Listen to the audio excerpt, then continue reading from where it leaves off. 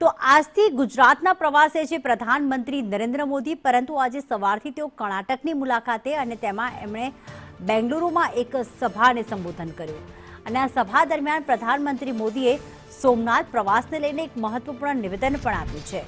PM મોદીએ કહ્યું કે કાલે હું સોમનાથની પવિત્ર ધરતી પર રહીશ. તેમણે જણાવ્યું કે સોમનાથ મંદિરના નવનિર્માણના 75 વર્ષ પૂર્ણ થઈ રહ્યા છે અને આવા અવસરો આત્મનિર્ભર તથા વિકસિત ભારત માટે એક નવી ઉર્જા પૂરી પાડે છે.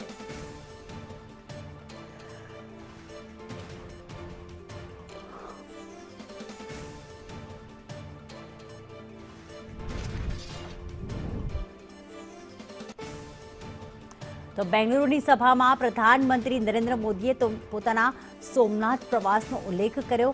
આમ તો તે જાહેર સભા બેંગ્લોરમાં કરી રહ્યા હતા. એક કાર્યક્રમમાં એક સમારોહનું આયોજન હતું, પરંતુ આવતીકાલે જ્યારે તેઓ સોમનાથ મંદિરે જવાના છે ત્યારે તેમણે ઉલ્લેખ કર્યો કે આવતીકાલે હું સોમનાથમાં રહીશ.